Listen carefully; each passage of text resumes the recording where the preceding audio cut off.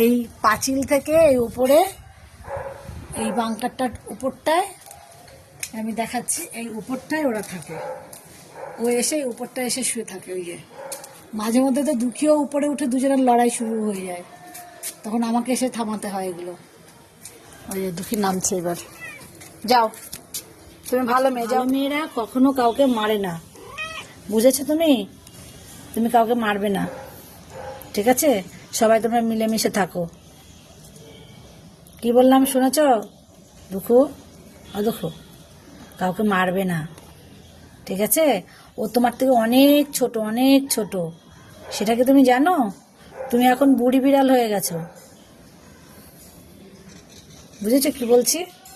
তোমার এখন অনেক বয়স হয়ে গেছে, তোমার একটা দাঁতও পড়ে গেছে, এত রাগ দেখালে হবে?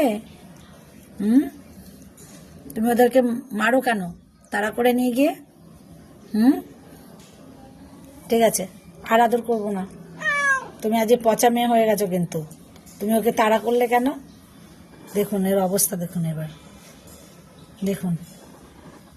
ওঠো, ঠান্ডা মেঝেতে শুতে হবে না, ওঠো ওঠো, যাও তোমার বিছানায় গিয়ে শো গিয়ে, যাও, ওটা রোদে আছে বিছানা, যাও, চেয়ারটা আমি রোদে রেখে দিয়েছি, যাও, ওঠো ওঠো ওঠো ওঠো, যাও ওঠো। ঠান্ডার মধ্যে শুতে হবে না, এখন সকালবেলা ভালোই ঠান্ডা পড়ছে, ওঠো।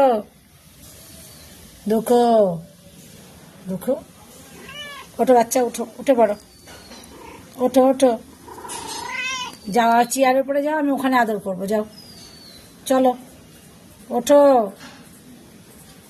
ঠিক আছে, ওর অবস্থা দেখুন। কি হয়েছে বাচ্চা, কি হয়েছে? দেখুন ওর অবস্থা দেখুন, ও এখন শুধু পাক খাচ্ছে সমানে। ওঠো, উঠে পড়ো, দেখতে হবে না, আবার পাঁচিলের দিকে তাকিয়ে দেখছে এসছে কিনা। তোমার ভয়ে পালিয়ে গেছে, ও আবার আসবে।